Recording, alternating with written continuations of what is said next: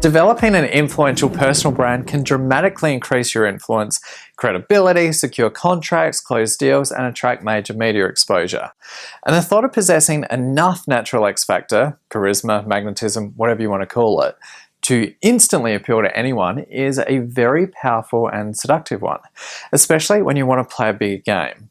The challenge: how do you brand yourself and develop an authentic personal brand that's merely an extension of who you are and not a regurgitated version of a competitor that you're trying to mimic? To me, personal branding comes down to one simple yet powerful thing, and that is, in its essence, its definition. I coined my own definition back in 2009 when I first wrote a book on the subject. To me, personal branding is self-expression amplified to influence and command attention. I want you to stop and really think about this. Personal branding is self-expression amplified to influence and command attention.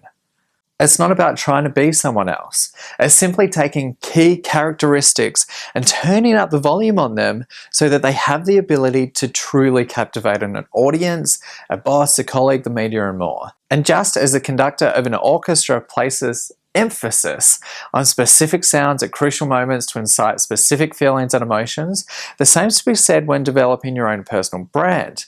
Only this time, you get to choose what's amplified that is in alignment with your own personal values. The fear that most face is this: because personal branding is ultimately personal, many attempt to manipulate themselves into something that they're not to avoid the criticism being about them directly. A shield, if you like. However, it's this shield that creates disconnection with the audience. It's put in place to avoid rejection and ridicule. You see, the problem is when you create a personal brand that isn't based on who you truly believe yourself to be, you're in fact creating a false economy. It won't last, and it will never, ever feel authentic. The first place to begin is to find a quiet moment in which you can sit down and ask yourself, without the clutter of the external world beating down on you, who am I and what do I stand for? And if the answer isn't forthcoming, ask your subconscious mind for a little help. Pose the question and ask your subconscious to guide you to the answer when you're good and ready.